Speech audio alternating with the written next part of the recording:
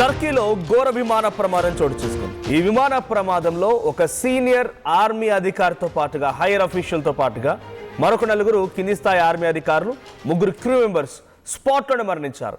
So take off అయినటువంటి చాలా తక్కువ సమయంలోనే ఈ సంఘటన చోటు చేసుకుంది. టర్కీలో ఈ విమాన ప్రమాదంలో 8 మంది మరణించారు. సైన్యాధ్యక్షుడు మృతుల్లో లిబియా సైన్యాధ్యక్షుడు మహమ్మద్ అలీ మరియు 4 అధికారులు ఉన్నారు. 3 ఆ ఫ్లైట్ సిబ్బంది కూడా ఉన్నారు. టర్కీ పర్యటన ముగించుకొని డసాల్ట్ ఫాల్కాన్ 50 విమానంలో టేక్ ఆఫ్ అయినటువంటి కాసేపటికే కమ్యూనికేషన్ మొత్తం కట్ అయిపోయింది. సో ఎయిర్పోర్ట్ నుంచి టేక్ ఆఫ్ అయిన తర్వాత 70 కిలోమీటర్ల దూరంలో ఈ విమానం కుప్పకూలిపోయింది. దీనికి గల ప్రధాన కారణం టెక్నికల్ అంశంగానే తెలుస్తోంది.